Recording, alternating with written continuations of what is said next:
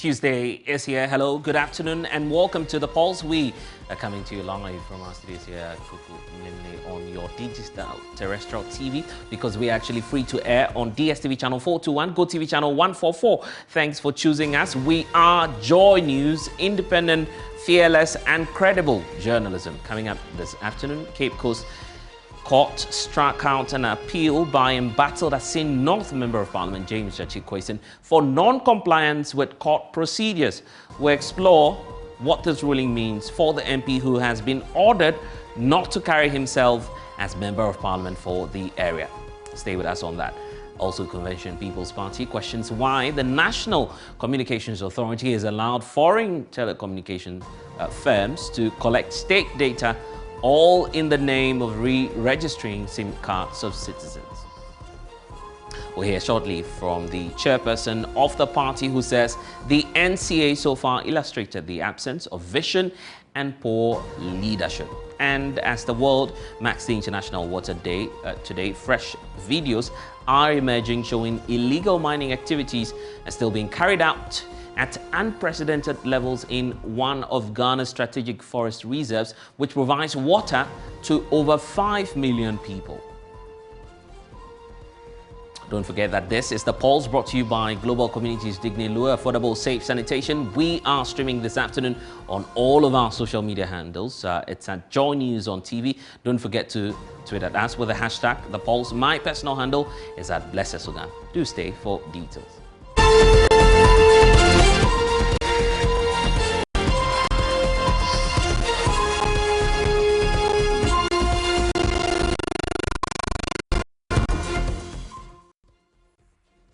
This afternoon, a court of appeal in Cape Coast has struck out the appeal by embattled Asin North MP James Jachikwason for non-compliance with court procedures. Mr. Kwason filed an appeal challenging a High Court ruling that declared fresh elections to be done in the constituency and ordered him not to hold himself as Member of Parliament for the area. Delivering her ruling just a couple of hours ago, the presiding judge, Her Ladyship Irene Charity Labi, stated that the embattled MP failed woefully to comply with the court's directives to submit his written submissions within the stipulated time. The judge further ordered that all applications, including the stay of execution before the panel in relation to the Asin North MP, have been struck out. That definitely means that there are implications for the MP and also the NDC minority in Parliament. So what's the meaning of this? We'll get shortly the latest from the Central Region from Richard Kujunyaku, who is joining us on Zoom. Also the Director of Legal for the NDC, lawyer Abraham Amaliba, is joining us for a reaction on this. But first, let's hear from Richard, who was in court today, has all of the latest in terms of what transpired in court today. First of all, Richard, give us a breakdown to what's happening there in the Central Region and what reactions you're getting after this landmark ruling that we're getting through from the court.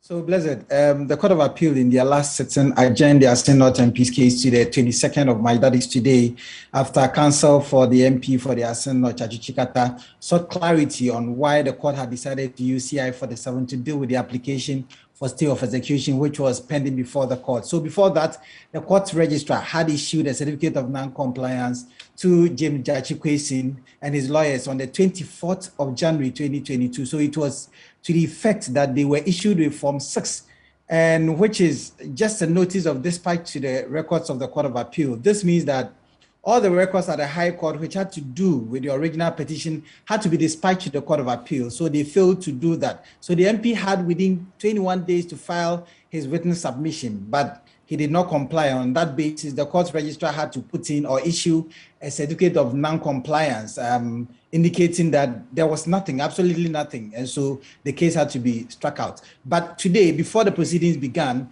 lawyer for the Asin North MP, Chaji Chikata, indicated to the court that they had filed 3 fresh applications, one of which sought to disqualify the presiding judge from sitting on the case. But the panel indicated that such applications were not before them, and based on that, they will go ahead to deal with the matters before them. So the judge went ahead after some heated argument between lawyer for the petitioner Frank Davies and then lawyer Abraham Amaliba. It went on and on, but the judge dismissed the appeal before the panel and ordered that all other applications, motions that hinged on that particular application appeal has also been struck out as well. So according to the presiding judge, one cannot put something on nothing and expect it to stand. So once the roots of the matter had been dealt with, it means that that one had been dealt a hefty blow. So it means that all the branches, the stem and everything had also been rendered null and void. And so that was what really transpired in court. Interesting concepts there from the presiding judge. But what reaction have we been getting from both sides of the divide? We know that this is a highly political case, and so the political parties will be represented in court. What transpired after this ruling was given? Well, incidentally or interestingly, today it was almost an empty court. But when we started the proceedings way back last year, the court had always been filled with party supporters, sympathizers. Even at a point, they had to even buzz people to the court premises to jubilate or otherwise of the decision that will be taken on that day. But today, that one was conspicuously missing.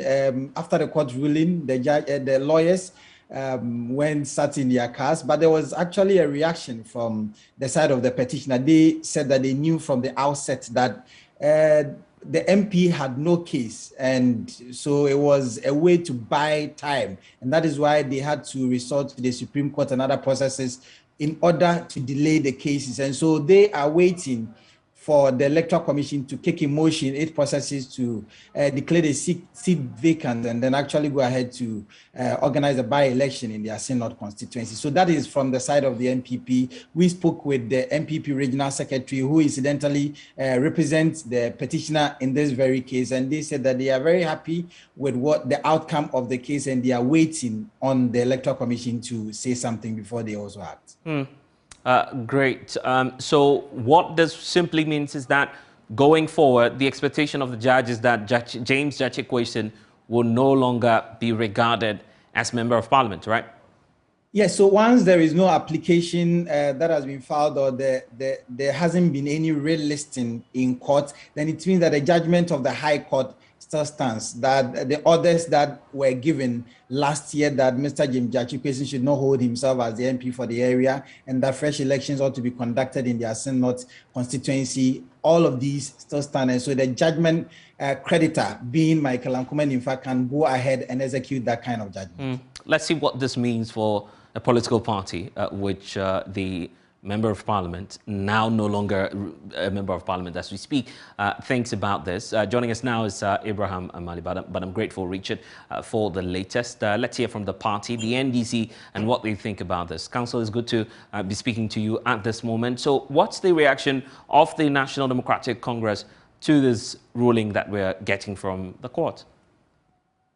Well, it's too early now. Our lawyers are on their way coming to brief the party at a meeting. There's a meeting ongoing now. And so we await to hear from them when they arrive. But we have also heard from the reports of what you are talking about, but we await the arrival of our lawyers who are actually driving from Cape Coast to join us in this meeting.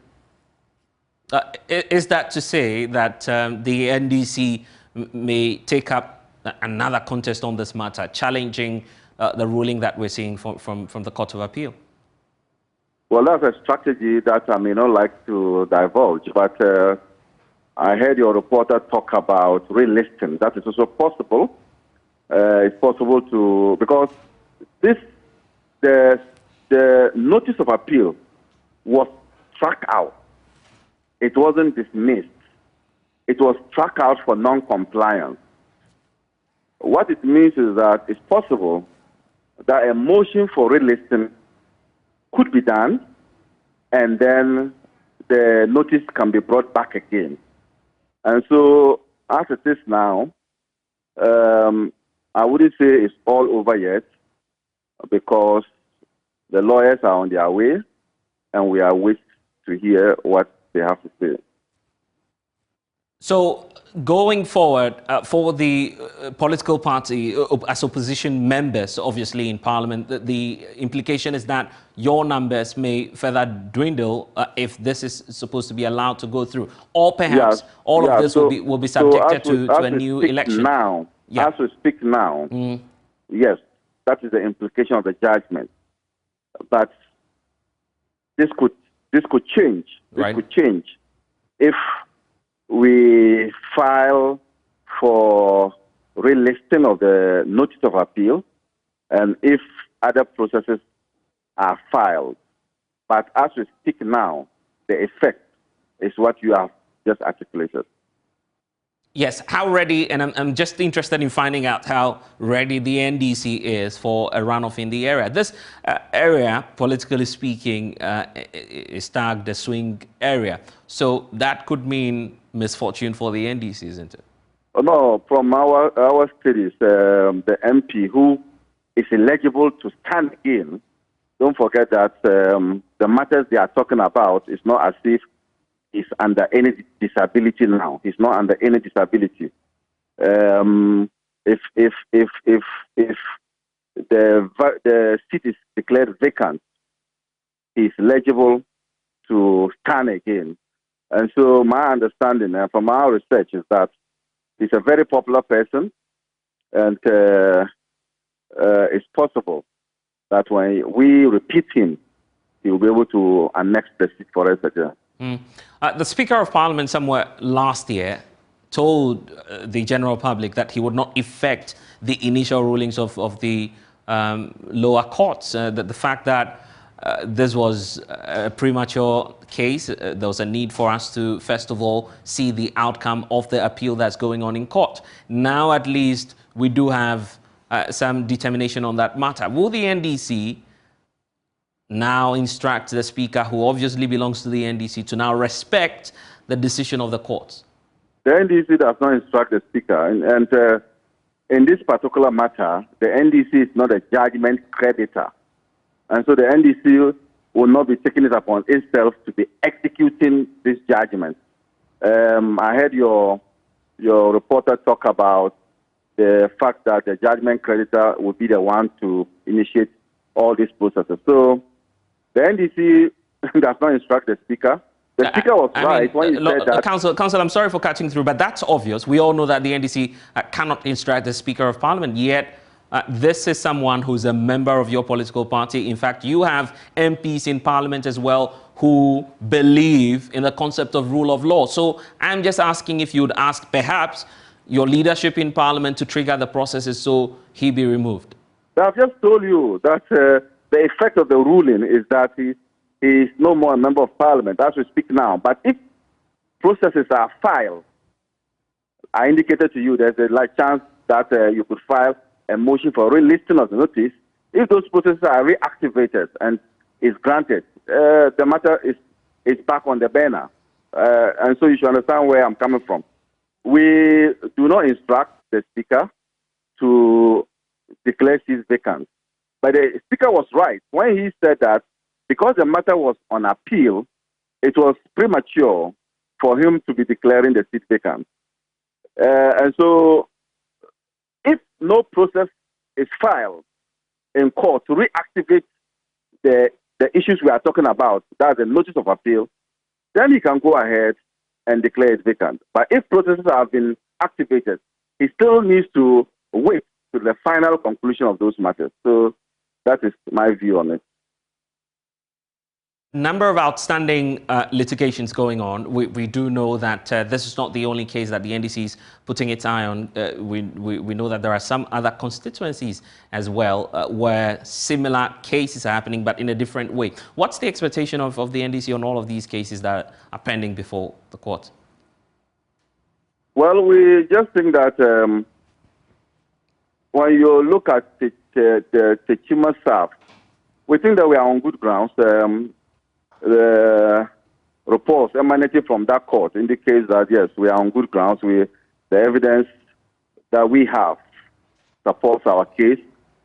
And so in that particular case, we expect the results to go, or the judgment to go in our favor. Others are ongoing. There's Sefiru also, which most people don't know, but the trial is starting tomorrow. That is also another matter, which is a straightforward matter where a ballot box was snatched, and the contents of those ballots were not added to the final result, and yet somebody was declared a winner. And so these are all matters that we are waiting to hear from what the court will say. Finally, to claims that, I mean, you should have known that this would have been the outcome of what we're seeing today. The fact that your candidate at the time was not eligible to contest the elections. No, that is wrong. It's because you are buying into a certain propaganda. We have maintained that when you look at the People's Representation Act, the time of qualification is at the time of election, 7th December. The time of qualification, and I can show you the section 20 of the People's Representation Act, the time of qualification is not at the time of nomination. So we still believe, because the law, I have quoted the law that supports our case. The time of qualification in our case is at the time of election. And at the time of election, our candidate had qualified and he had gotten his documents ready. They are saying that it should be at the time of nomination, and that is where the difference arises. What's your expectation from the meeting that will be happening in a few minutes from now? Well, I'm not able to speak to that yet, but we are in a meeting. Every Tuesday, the party has a meeting, and the party would take briefing from the lawyers who are on their way. All right, then. I'm grateful. Head of Legal for the Opposition National Democratic Congress, Abraham Amaliba, speaking to us there. Special Prosecutor Kisi Ejabing says his office is determined to crack down corruption through prosecutions and asset recoveries. A new corruption league table, set to be published later in the year, is expected to enable his office to document corruption as well as name and shame peddlers of corruption. State institutions will be ranked with the most corrupt being named. Now, Mr. Ejabing has been speaking at the launch of the Ghana Corruption League table. We will be measuring corruption. We will be ascertaining the breeding of corruption. We will be naming and shaming peddlers of corruption. We will be examining the impact of anti-corruption initiatives and taking curative and remedial measures to crack down corruption through prosecutions and asset recovery and management. And on this note, my main partner on asset recovery and management is seated right here, is the Executive Director of YOCO. Ladies and gentlemen, it is time to move beyond the composite annual ranking of countries on a corruption drop list to our own local narrative and fashion and retool our reformation by prodding our public sector into real and concrete action against corruption and corruption practices. On this call, our strategic partners on the project are Ghana Integrity Initiative, the GI, and therefore Barometer Directorate of the Center for Democratic Development, CDD, two institutions that have matchless reputations in the field. It is my honor to present to the Republic of Ghana the Ghana Corruption League table.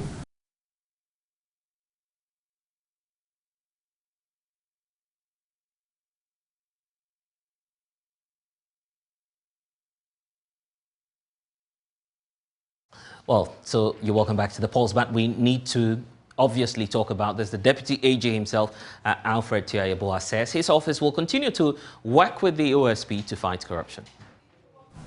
Drawing lessons from a compendium of case studies from around the world, no government can fight corruption without the involvement of the citizens. Corruption should be fought vigorously by all citizens. The fight against corruption should not be left in the hands of the government alone. You and I have a role to play. My best wishes for a successful launch. I look forward to a fruitful partnership between the OSP and the Office of the Attorney General. Well, it's time now for us to turn our attentions to other developing issues. The Convention People's Party is questioning why the National Communications Authority, NCA, has allowed foreign telecommunication firms to collect state data, all in the name of re-registering SIM cards of citizens. As part of the new SIM re-registration exercise, customers are required to visit the telcos in person for their biometric data to be collected after starting the process online. Describing the process as cumbersome and insecure, chairperson of the Convention People's Party, Nana Akosua-Frimpong, says the NCA has illustrated the absence of vision and poor leadership. And joining me now in studio is the chairperson herself, who is helping us to examine the exercise, which has been ongoing for months now, and we'll understand very shortly what the concerns of the CPP really is. Such a good time to have you. Welcome. Wonderful. So first of all, many would have expected that the exercise is that smooth, and so we're not experiencing a lot of challenges. And when I mean challenges, I mean in terms of the infrastructure that is hosting the registration exercise. However, the CPP is also raising this new angle about data. Why are you so concerned about the issue of data? I am into IT. Okay. I believe in data. I believe that is what the world is today. When I look at young people like you, and I look at the future that we have, I look at the fact that we don't even own any of our minerals anymore. We don't own our gold, nothing. I look at the way we were demarcated as Africans. I look at the fact that we don't have much as we are placed today as a Ghanaian or an African within the continent. And it's all happened in the past. And I'm sitting here today and I understand what data is. And I had a problem with my phone. My Momo was blocked. So just to try and get it unblocked and try and do the registration, it took me several hours. And within that same small space of MTN, the 4 locations, the 4 desks I went to, all of them took my bio data.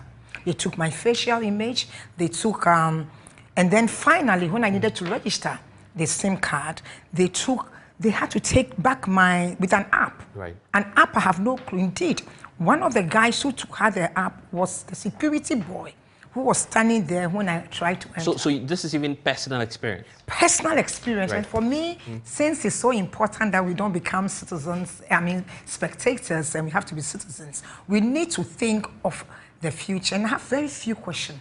The question here is simple. Who is in charge of our data? Who? Is it NIA? Is it what do you call them? The data protection agency? Is it the private sector? Who is collecting the data and who is in charge? Because I can tell you that the data that they were collecting, I even took pictures of people. There is no system in place to protect the security. And I'm just looking at your statement now. You are referring to portions, some of these activities as, quote, seemingly exploitative and manipulative. Precisely. Why is this really the fault of the telcos, particularly when we know that we brought this onto ourselves? It is the government of Ghana that says we want to carry out this re-registration exercise. Yes, but I went to 4 locations. Yeah, but why fault the telcos, particularly when we know it's the government of Ghana that's doing Yeah, this? both of them. Right. But even if the telcos, Ghana government said they should do it and they had been given the mandate, which they don't have the mandate. By our constitution or by our laws, it is NIA that has the mandate to collect this kind of data. But even within that telco office, why should I go through 4 different pictures in the same office, the same small location? The guy who was taking the chip, giving me my chip, my SIM card, actually took my number, took my card, took information. The next person did the same thing, same process. Right. And here is my point. If we do not ask the right questions, if we do not insist, then do you know where your data is sitting? The guy who took the app, do you know whether it's sitting, it went to Dubai, to ISIS? You don't know, you have no clue. It should never happen that way. You feel there are security implications? Absolutely, that's what I'm saying, because the boy did not show me what app he was using. He just took my palm and just took one here, one there. The other gentleman, the first gentleman also took my picture, showing me nothing. The other lady took my picture, nothing. The other lady took my picture, nothing. I mean, what is that? So what you see now is lack of coordination, as you would want to term it. No. I mean, in terms of who really should handle the data. Yeah, I'm saying that even if I said private sector should not handle my biodata. Okay, so in all of this exercise, you believe that the telcos should be taking off completely, and I think that but they ran the numbers, the same cards. Yeah, first of all, they were not supposed. That's a different chart. They're not supposed to even have the numbers. The numbers are supposed to be for government, and they give it to them. Right. But in this case, they own the numbers. The telco owns the number. Right. He now has your biodata. Okay. He's taking your picture, your national ID. What do you have as a government? What do you have as a Ghanaian? Nothing. Right. Because they have your number and they have your biodata and they have your telco. You know what is happening? Somebody is not doing this. Is not doing their work. And that's why I'm interested in the solutions, because if you have identified a problem, obviously there should be a way out. What's the CPP solution to all of these things? Make it simple. Somebody let the institutions work. The NIA is supposed to be the one that has the mandate to take my biodata and keep it for government and keep it for the purpose for which it's being collected. If the telcos wants any information and wants to, he should not take my image, take everything for me. He should link it to the system and get a code and an authentication for the purpose and then continue. But not that everywhere you go, they take your picture, they take your palm, they take your image, they take your biodata. They want to find out how your fingers are working. This is what you have for the rest of your life. So what is left for our children? What is left for our children when they come in here? They will have a country where data is no more for them. The data belongs to some other multinationals as they own our gold and everything else. Are you not hyping matters here? No, particularly when we know that there's obviously benefits to data integration, which the NCA has spoken about. The Ministry of Communications has actually laid out in clear terms how integrating all of this data will help in national development. No, but how do you, that's my point. They will own nothing. Trust me on this matter. You see how... You feel there's no benefit at all? No, the concept, the idea is great. Right. But so you the believe in the implementation... idea? Oh, absolutely. So how about making it better? That's what I'm saying, and that's what I'm saying now, that the way to make it better is to ensure that the data being collected by NIA stays there and is protected. And then anybody who needs access must be given access in a way that still protects me, but not in a way that the person can just take my information. Because the moment the person does it, then NIA becomes obsolete, has no base, is useless because... But listen, you mean the Data Protection Commission as well? Or, including all of these agencies? What's work? I don't even think they are working. You know why? Can they tell me today that the gentleman sitting at the MTN office in Medina that took my information, that he actually used a system that they are sure or know where the data went to? They have no clue. They don't have a clue, and that's the point. That's scary. It's the same thing that we are doing. I think institutions in this country must start working, and people that are being paid, who are sitting there with their taxpayers' money, all these millions of money that are going out there, billions for that matter, they must work and make sure that the Ghanaian is protected and our children. Otherwise, you see, I can see the future when it comes to data, because I saw people like Mark Zuckerberg and all these people coming today. Look at them, they are multi-billionaires just because they have this data. And a whole country, we don't have our data.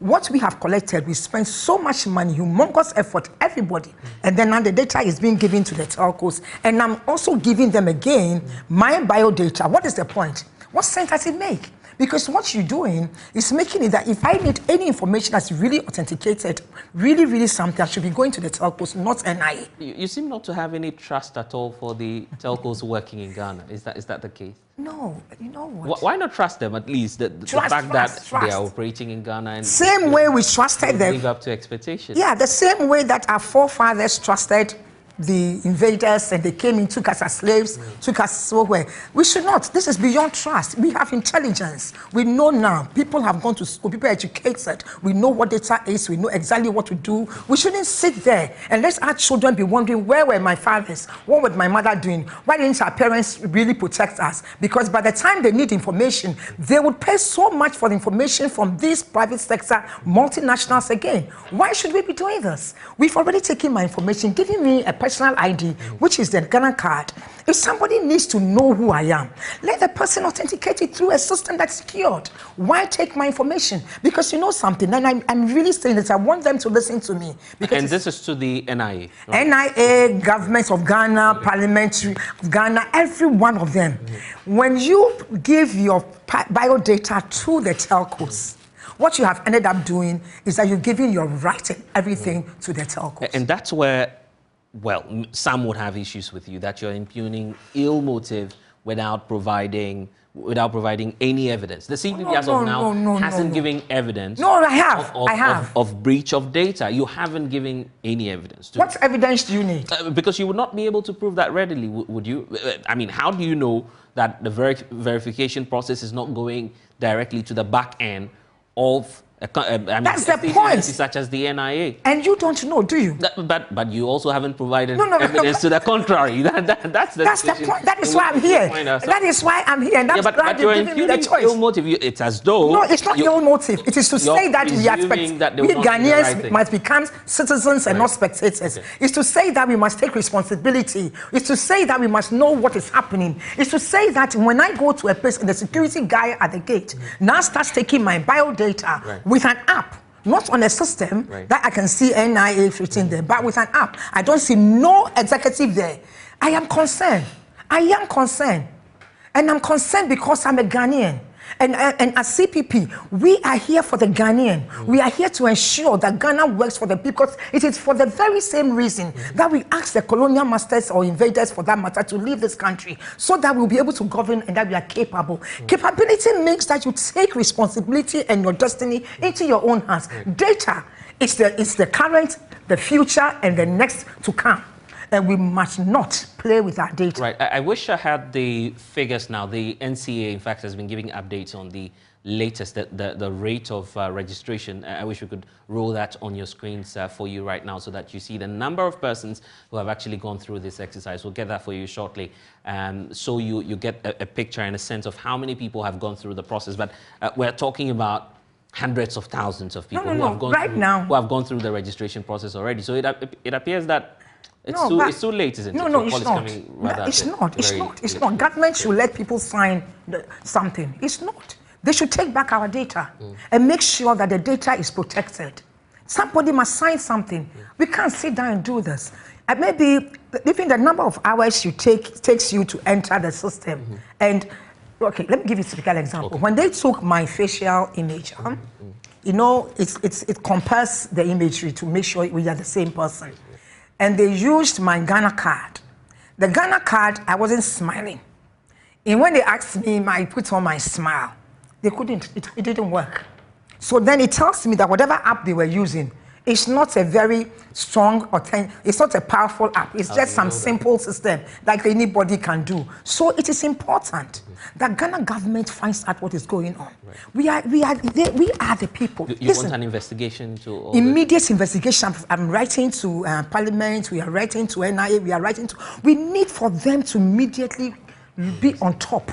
Let them be on top. Right. We can't live in a nation that the only time we see there's a problem is when there's a problem. You understand? Right. You see gas station in the wrong places, in the neighborhoods, that's not supposed to be there. Where are the regulatory bodies? Where are the people that are supposed to regularize and make sure that things work in this country? So it's as though you're of the view and opinion that quite a lot of things are not really working in this country. And part of it has got to do with the economy, which I understand the CPP has issues with as well. The president says things will be better. You don't believe that? Oh, as for things being better, we all hope things get better. I mean, as I was coming here, I was very concerned about the potential world war. I mean, if we go into any third, this thing, the whole, all of us won't You're survive. talking about the Russian crisis, I guess. My son thinks that, oh, we are in Africa, we should go to the village, but it's a joke, you understand? So I know there are issues. It's been compounded by the Iranian and Russian crisis. And so I don't want to say at this point what we would do and how we would. There's a fundamental difference in the way MPP approaches the economy and the way we approached our economy. Basic difference is that we focus on state-led economy.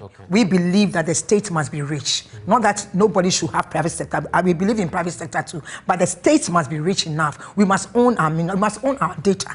You understand? I believe in that. We shouldn't sit there and let people come pick our data, give it to the multinationals, and then sit there and hope that when you need information, you pay something for that. I don't believe in that. But also on the other issues that you raised, obviously the CPP has been watching the dialogue and debate over the Ghanaian economy. What solutions and proposals do you have to table before government on this? Our manifesto clearly states two major things we would have done. One of the things we will do when we come into power is to ensure that the state-owned all our bauxite. Is that what it is? All the things that we own that we don't even have 10 to 15% of, I believe must be renegotiated. As a business, it must be renegotiated. See where your building is. I'm sure the people who own this property did not just sell you the property or sell you the land. They would go into some arrangement with you because you have prime land. That is what you do. We own the gold, we own the oil, we own the bauxite. Somebody with equipment should not get more than you have unless within a short period of time where they pay off their equipment. The rest you must own a considerable portion of it. How long have we been mining gold in Obuasi and how much of it do we own? That is a joke. You feel that's why our economy is not working? How can the economy work? You are trying to do e-levy, trying to get 6 billion. When you look at the amount of money that's leaving this country, which is our money, we are just being joking. How much do we pay for debt? We've borrowed so much. So I don't want to sit here and say the problem is just mismanagement. Mismanagement is part of it. But that is not the chunk part. It's the fact that the state is broke. Private sector is not owned by Ghanaians. And you are talking about private sector and property owning democracy. Where the private sector, the state is broke, private sector is multinationals. You give all these monies to them. It's not magic. It's basic sense. And that is exactly what CPP did under Dr. Kwame Nkrumah. That's why we put in all these factories. That's why we wanted to own our minerals. That's why we put the silos so that we can own the cocoa and produce here. If we don't produce here, if we don't own our minerals, if we are going to give a short part of it to people who have just the machines, we are going to be broke. So basically you're asking the president to go learn from the books of Dr. Kwame Nkrumah. Is that what you're asking the president to do? The president himself, I'm telling you today, and it's a known fact, the president himself was a subject for Dr. Kwame Nkrumah's product. He is what do you call those people? CPP, or a CPP. He was a CPP bearing, a carry bearing member. So it is not like for him to learn. He just needs to understand. I mean, he's taken a lot of good things from us. He took the free education, which is working, but the part that will produce the money, they haven't done it. He actually said Ghana beyond age, and I loved it when he said that because I knew that was the direction we are going.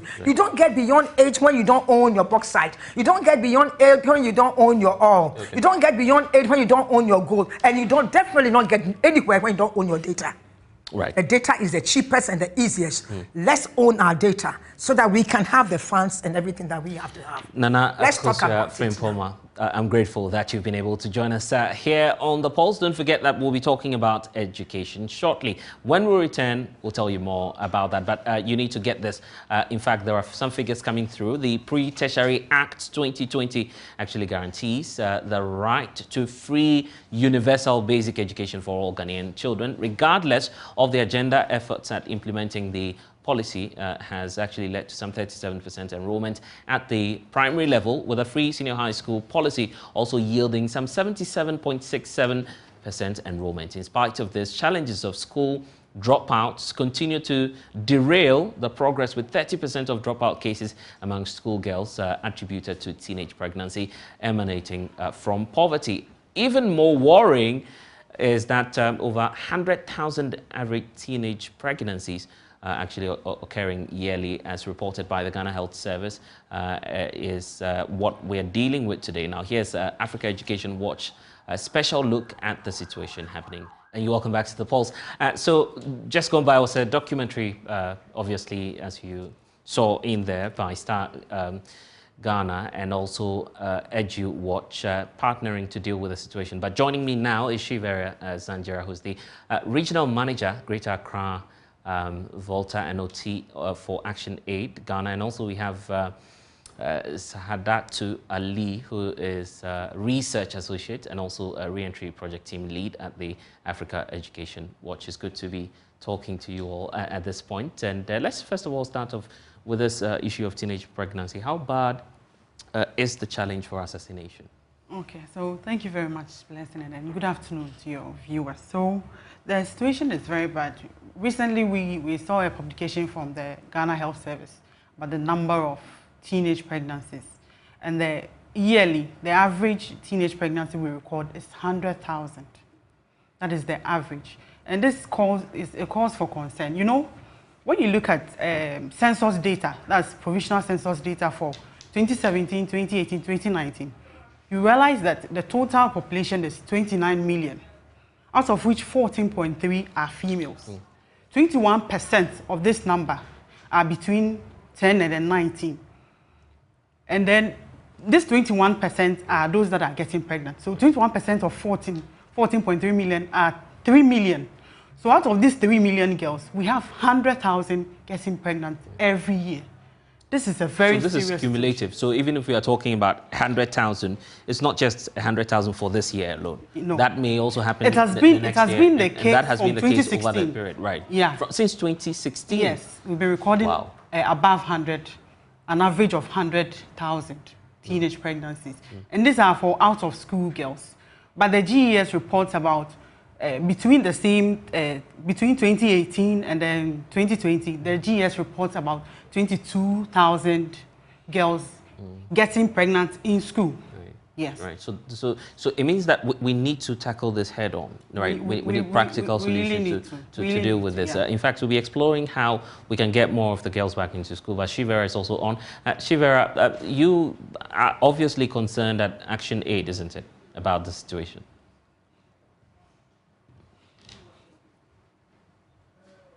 If you can unmute for us, we're having challenges hearing you, so if you could unmute for us and then make your point there.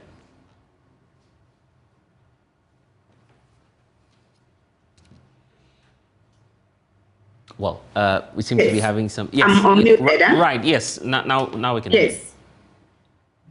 Thank you very much for the opportunity this afternoon. We at Action Aid are equally very concerned about the figures that are jammed out. Like my sister Saada just said, these are the figures that have been officially recorded.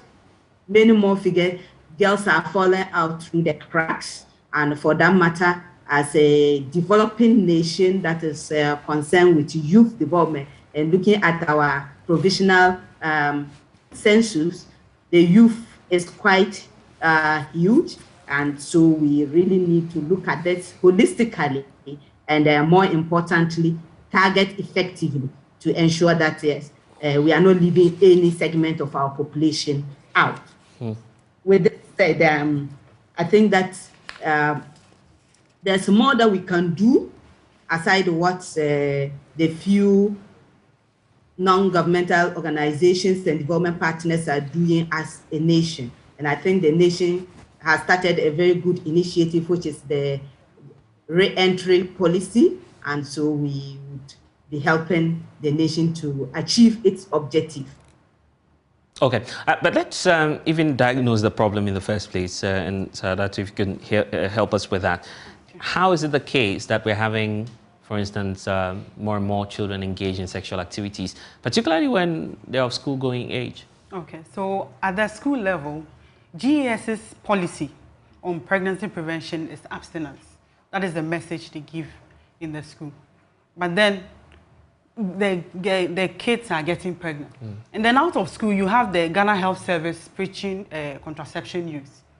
Yeah. So these are two separate messages that are being given to the children. So we at EduWatch are advocating for a collaboration between the GES, the Ghana Health Service, NCCE, and then the Gender Ministry. They should collaborate and then give their communication. You feel that the coordination is not synergy right. in their messages. The coordination is not. Yeah, there should be a synergy in their messages so that the children can assimilate it better. If you are coming from different angles, it confuses the kids. And then usually, GES doesn't allow for contraception use message to be preached in the schools. They don't allow that. So we are, and our kids are getting pregnant. So we think we are at a point where there needs to be a national conversation about making contraception use complementary to the abstinence message. Then I think we can make. Okay, so we're not focusing too much on the abstinence. We're just dealing with yes, contraception. That's the focus is too much on the. That's too much because. Yes, it's good to preach abstinence, but obviously from the data on the ground, it is not yielding the required dividends. That's what we are saying, that there needs to be a national conversation on making contraception use complementary to the abstinence. Be it as it may, there are over 100,000 obviously sitting at home. There's a need to get them back to school. Yes. What's the approach? What is EduWatch doing to try and get stakeholders on board so that we have all these girls back to school? Okay, so we are, as part of our SEF2 project, which we are doing in partnership with Star Ghana and then with support from FCDO, we are advocating for a financial support policy for these vulnerable girls who are willing to re-enter school. So we want this policy to be made a component of the LEAP program, which targets very vulnerable, economically poor girls, so that it gives them a monthly stipend for them to get back to school. And please, what to note, like as consideration to give this money is, first, the girl must be identified to be someone that is poor, because we have. Okay, so you don't want this to be a free-for-all thing, no, where anyone at all could just because there are pregnant girls and teenage mothers that are not poor. Right. So the Ministry of Gender should identify poor girls. And then not just, it doesn't end there. These should be girls who are willing to go back to school. Right. So that the money is not given just because you have expressed interest or you are poor. But then you should be seen to be attending school. Right. So we have this example by Plan Ghana, where they assisted about 5,000 girls to go to school. And they send them cash transfers. But then they monitor their school attendance. And it is on that basis that the money is sent.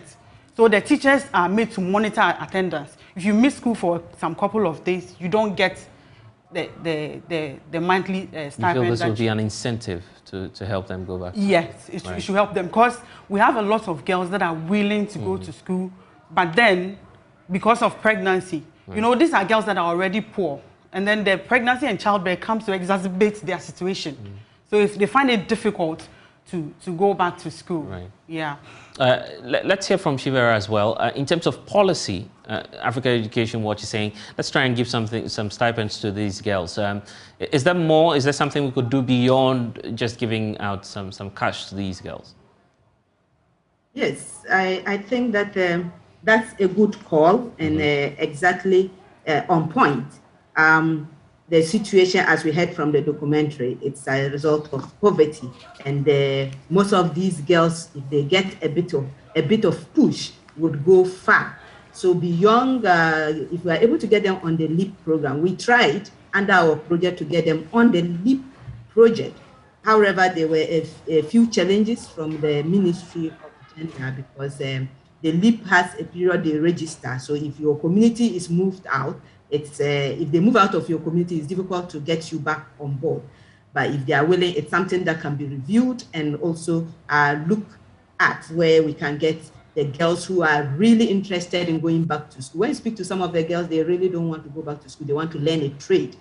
There are some who want to learn trade but not go back into formal education. But a lot more of them really want to stay in school and complete. So LEAP is one. And secondly, we have to start reconsidering our education policy, because we expanded it to include KGs.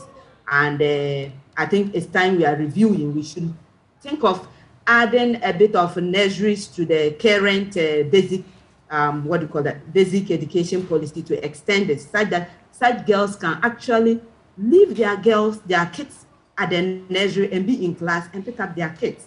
It is not easy to get. Most of the parents, just like the documentary said, are poor and they have to survive. They need to work to survive. So when they hear you telling them, take care of your ward's kid, first, they are demoralized because they had so much hope in these girls, and then this is what they bring at the end, and you are now trying to get them to take up extra responsibility. They aren't willing. But we could actually have a policy where the district assemblies could get a care center where people can be, some 2-3 mothers can be there and be paid. Right, but is the solution not oversimplified, particularly when we know that these girls are within communities that obviously have stereotypes about persons who are pregnant and still trying as much as possible to make it back to the basic school particularly? How do we deal with that societal challenge that may confront the attempts that you're making now?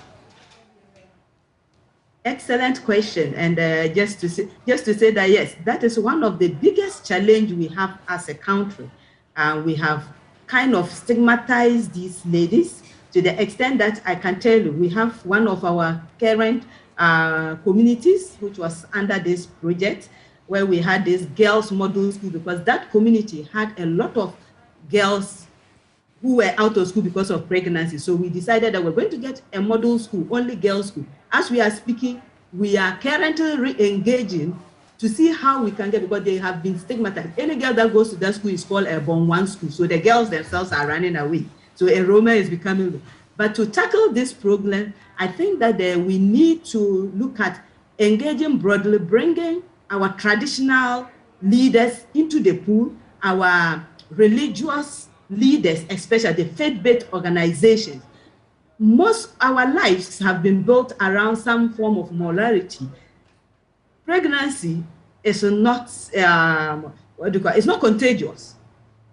And we have good example of girls who were pregnant, but because they were from privileged families, they were able to continue. They have become, in this same society, they become professors, economists, doctors. So why should a poor man's daughter stay at home with all the intelligence just because society has decided to label them for a little mistake they made as a result of poverty? So I think that we need to relook at and revisit our comprehensive education policy.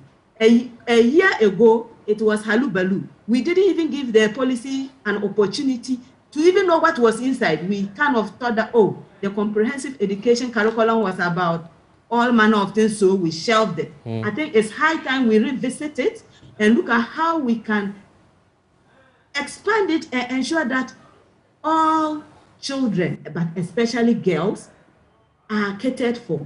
Right. So that we can keep all the girls in school. Yes. Okay, so that is also here in studio with us. But there's one concern about parents as well and how they can help this agenda work. What do you feel parents out there should be doing about this? Okay, so from the re-entry policy and then the back-to-school campaign, which was part of government's COVID-19 resilience strategy, you realize that parents were involved in the whole plan, where GES's awareness creation and then psychosocial support targeted parents too, besides just school children. It targeted parents, created awareness on how there's a need for them to help these pregnant girls, and then also assured them that when they support these girls to come to school, the school environment is friendly and they are going to accept them. So this kind of puts the parents' mind at ease and then helps the child to go to school. And then please let me mention this. This advocacy for these girls to get to school is hinged on our Constitution, Act 38, Clause 4 of our 1992 Constitution. It gives a responsibility to the government to provide access for all children. Basic yes. education. Yes. Right. And then when you come to the Education Act 778, then there is the Children's Act 550. It guarantees the right to education for all children, basic education. But then when you move to the SDGs, which we've signed on to, it means that our government is committed to ensuring that Goal 5 is attained, which is ensure that all children attain basic and then secondary education by 2030. So it is based on this. 2030, you mean? Yes, 2030. So it is based on the context of this constitutional responsibility for government to provide access for all children, and then the constitutional provision that guarantees the right to education for all children, and then this SDG that we have signed on to. That is why it is important for government to ensure that every girl, especially these pregnant girls, they enroll and then complete the full course of basic education. And we'll be certainly on the lookout for that. But as we obviously wrap up on this conversation, let's take your final thoughts on this. Let me start off with you, Shivera, on this. Where do we go from here, and how do we achieve results? Great. So, yes, the call has just started. This is the beginning. I think that just like my colleague in studio said, we need to intensify the education targeting all segments of society. We need a high level collaboration between the Ministry of Health, the Ghana Education Service, and the National Commission on Civic Education. We need to synergize the message and not confuse them. We need to also go beyond the sensitization and to target ensuring that we provide some economic support to vulnerable girls especially, but also ensure that we provide infrastructure appropriate for the girls to be comfortable. Right. We can't forget about the teaching population. They are a key block if the re-entry policy would work effectively. We need to ensure that all teachers are trained on how to handle these girls. They are already vulnerable, and when they return, they need special care. And so we can't leave the teaching body out of this policy. I think if we are able to do some of these things, yes, we'll be going far to ensuring that all girls stay and complete school. And obviously, we are all looking out for the best. Let's also come to you. Let me be diabolical here a bit. Why are we not talking about boys as well? Are you making any plans to factor in boys as well to ensure that they also go back to school? Because there are some who would obviously would want to take advantage of the policy measures that you are announcing. I think about on the 12th, we met with Parliament, and then that was one of the call, because a school mother, a teenage mother was there, and then in telling her story, we realized that the school boy that impregnated her has dropped out, and he's now working to support her. And that has been the case. Right. I think when we were monitoring school reopening last year, we went to the coastal regions, and then as we identified the girls that had not reported to school due to pregnancy, we also identified that these girls were being impregnated by their classmates. Okay, and some of them have to stop due to stigma, which the GES's re-entry policy is working on. Some have to work, and then, yes, so yes, there are conversations around that. But then, in Ghana, when we talk about gender, our gender policy is to ensure that there are more girls. More girls enroll. Because already we have more boys in, as you believe. Yes, so that is our policy. Okay. So that's what we are concentrating on. Yes, there's a need for the boys to be there. But then let me also mention that we are on this policy for financial support for the teenage mothers and pregnant girls. We are engaging Parliament. Okay. We are also engaging the ministry. Yes, we are aware that there are austerity issues and then budget cuts and all that. But then we are hoping that this policy will be looked at and then implemented. Yes. Right. Thank you. Zanjira Sadatu, right? No, Alice Sadatu for joining us. And also Shivera joined us via Zoom. When we return here on The Pulse, we have so much more coming your way. Stay with us. others.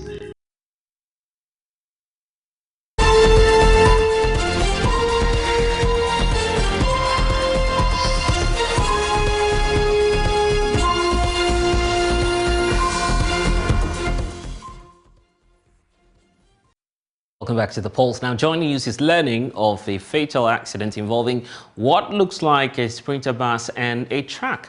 Our sources say it happened at Beposo in the Western region. Here are some visuals from the scene for you of the incident. Now, viewers are actually warned of the fact that the visuals could be disturbing. And there you have it on your screens now.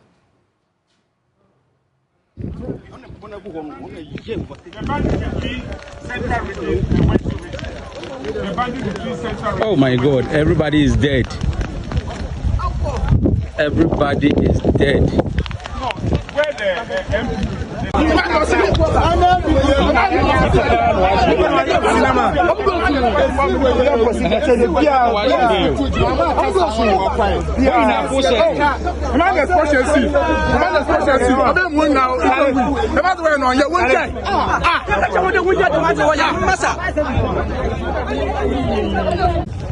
Around Beposo, about 14 passengers has been bent because of accident.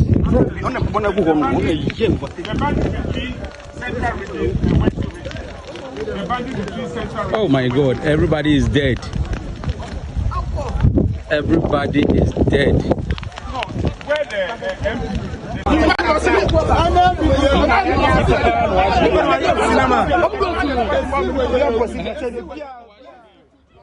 Natalia Konsa joins us with the latest on this. Ina, what more can you tell us about the videos? Very disturbing videos that we've seen there. Yes, bless. It's a very sad day for people of the Western region.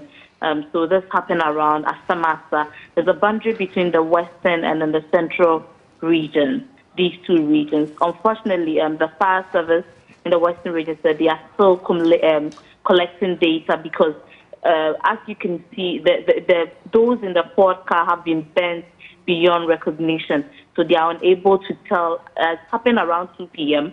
So at this time, they are unable to give accurate figures as to how many people were in the vehicle. But eyewitness claimed that there are about 16, and they also claim these are Chinese nationals with a Ghanaian driver. This is what eyewitness are saying. So for now, this is what we know. And then an eyewitness I spoke to said that the Ford driver saw a tipper truck loaded with some goods, which he didn't specify which goods it were. But when upon seeing the tipper truck coming, he tried to pave way, but unfortunately, the tipper truck driver lost control, and this resulted to the accident. This is what an eyewitness is saying. Authority here in the region and the central region are yet to speak on it, but that's what we have for now. How about security arrangements in the area, and what more has the police been saying? Yes, so there is security directing traffic in and out because, as I said earlier, this is a boundary between the central and western region.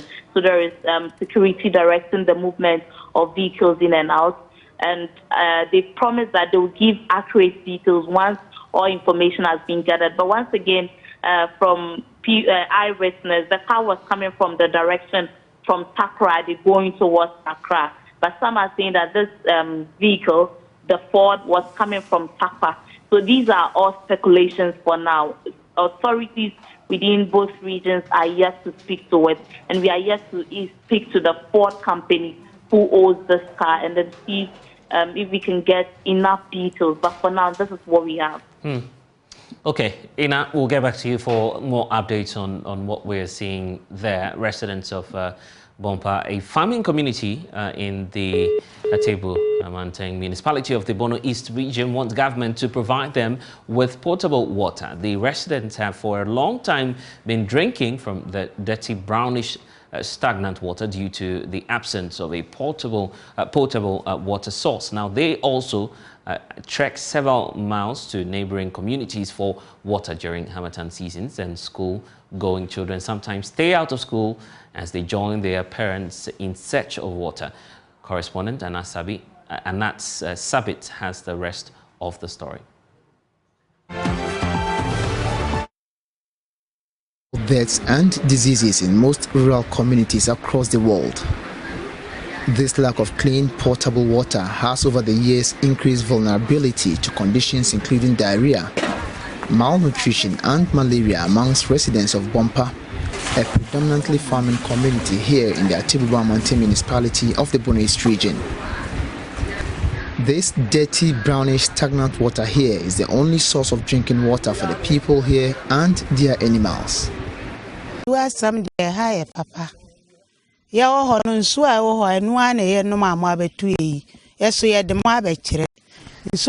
water source serving the people of this community. Just take a look at our population. Children come around and bath in this water, and it is the same water source we all drink from.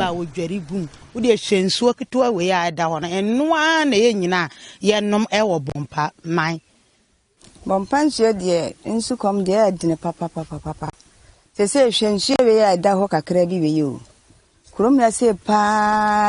has been our major challenge here. With our population, we go through a lot during the Harmattan season, and we sometimes spend the entire day here without eating just because of water.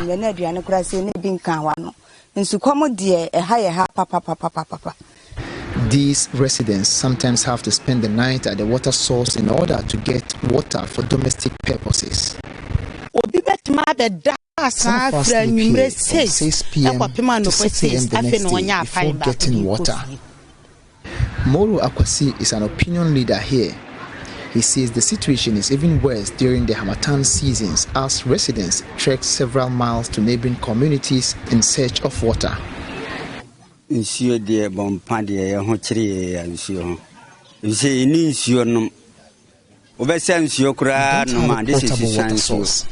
the only water we drink is stagnant rainwater. So in dry season, we travel about 4 miles to get water to drink.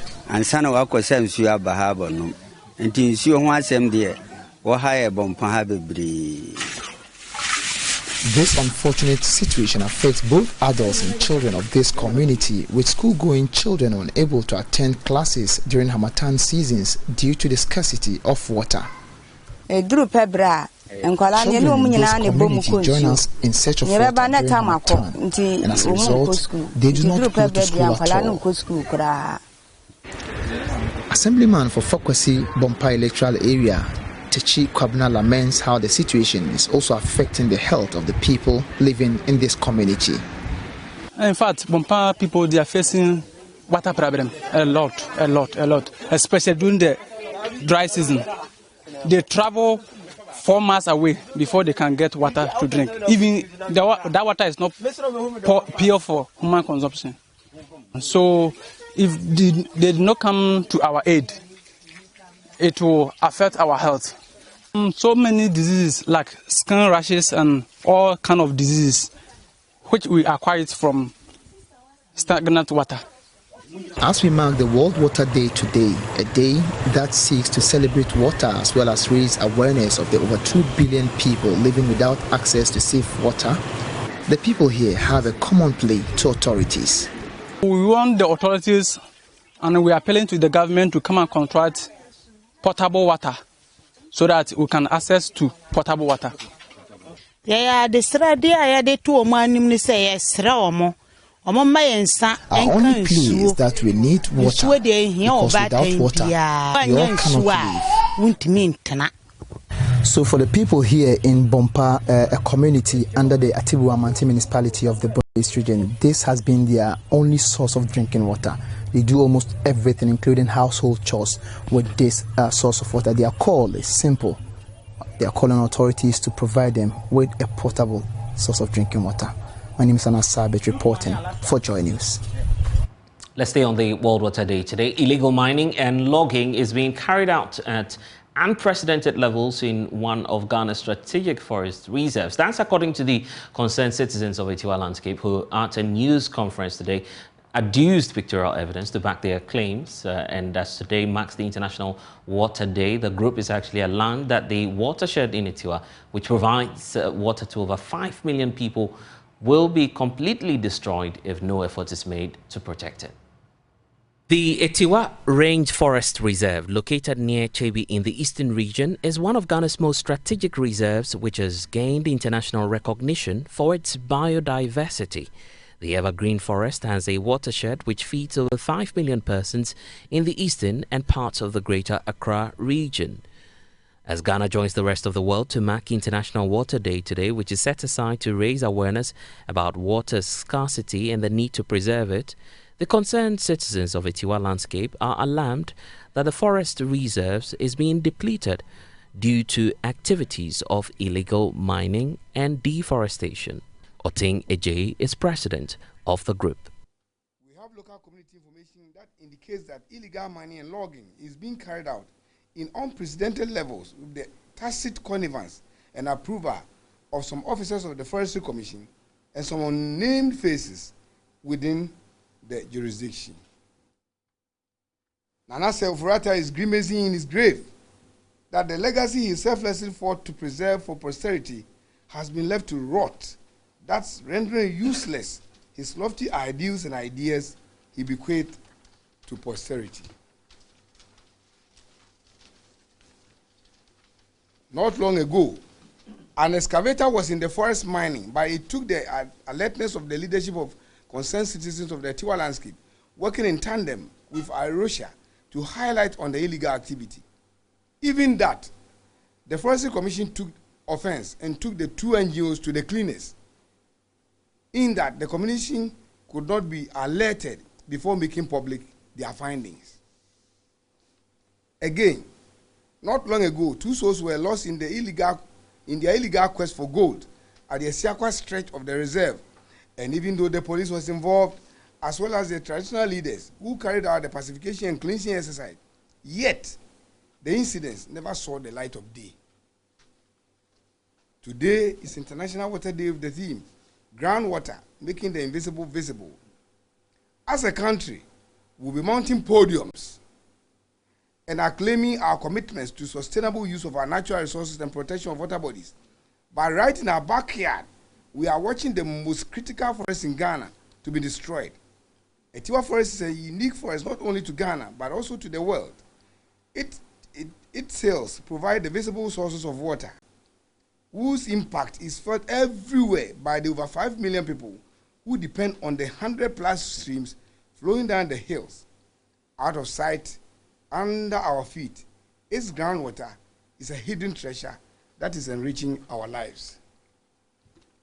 We acknowledge that it is good we will be spending millions of public and donor money to plant over 20 million trees in July under the Green Ghana agenda. However, it will be an exercise in futility and very sad to note that whilst we are planting, the same system is sitting aloof and watching without any long-term proactive plans to save the existing forests like Etiwa and many others across the country. The group is also worried that the Forestry Commission is unable to crack the whip. Meanwhile, residents of the area are appealing to government to consider converting the forest reserve into a tourist site to generate more funds instead of the destructive activities being carried out in the area. Well, and joining us on phone now is Deputy National Director of Arusha, Ghana, Daryl Bosu. Thank you so much for your time. So we're celebrating the International Water Day today, and residents in one of the biggest forest reserves is actually, they're concerned that this may affect all of us. About 5 million people benefit from this watershed. Why should we be concerned, and what exactly should we do to address the situation? Yes, thank you very much for this opportunity. And I think, yes, rightly so. Today is a big day for the world. Water is what we are focusing on, and particularly on groundwater. And the whole theme is making the invisible visible. And the reason is that groundwater, which is water we get from wells and boreholes and all of that, we don't see it with our eyes. It's not flowing on the surface of the land, so we don't see it. So most of the time, we ignore it.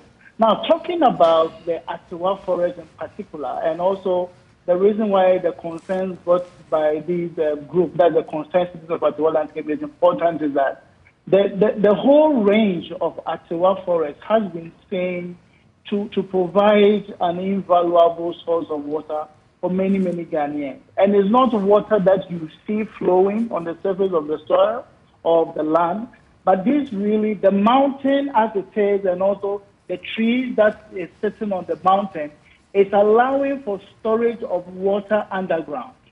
And it is this underground water that is providing significant source of water to almost all the streams, the Densu Basin, you can talk about the Birin Basin, also the Ayensu Basin, all of which are streams that are flowing out of the forest and feeding millions of Ghanaians with water. So it is really crucial that as we celebrate this day and focus on groundwater, we need to see the importance of places like Etiwa Forest, which just not providing trees for climate amelioration, but is also an important hydrological area where a lot of underground water is stored and eventually released gradually to the surface for all of us to enjoy. And so it is really crucial that we all pay attention to the concerns raised, particularly with the illegal activity that has been mentioned, because if these illegal activities continue unabated and the forest is destroyed, it is going to affect the ability of this particular area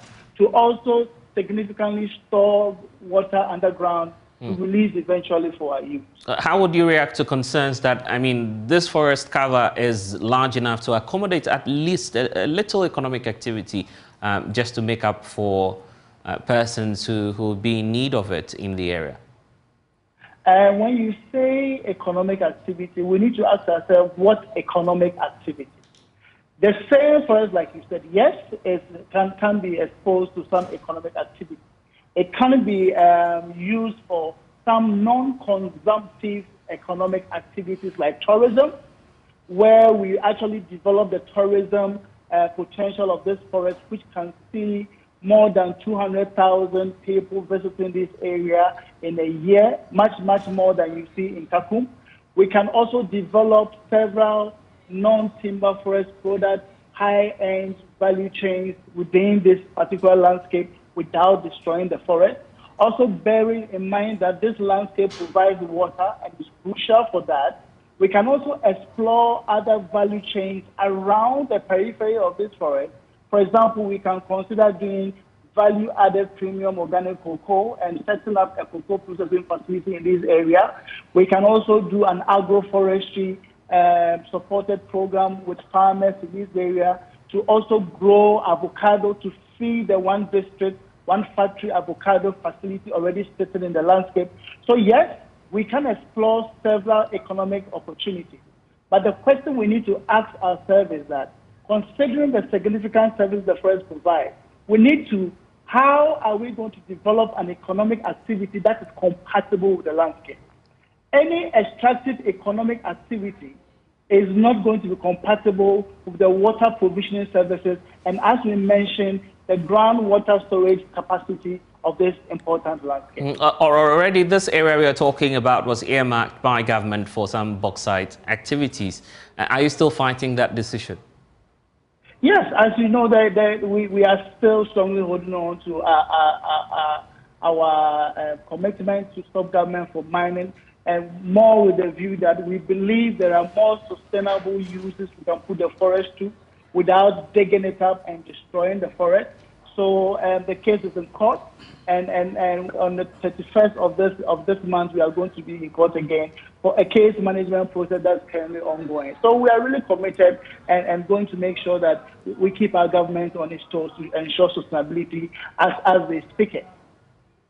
I'm grateful, Daryl Bosu, for giving us your side of the story. We'll wait to see what the outcome of the court decision will be. But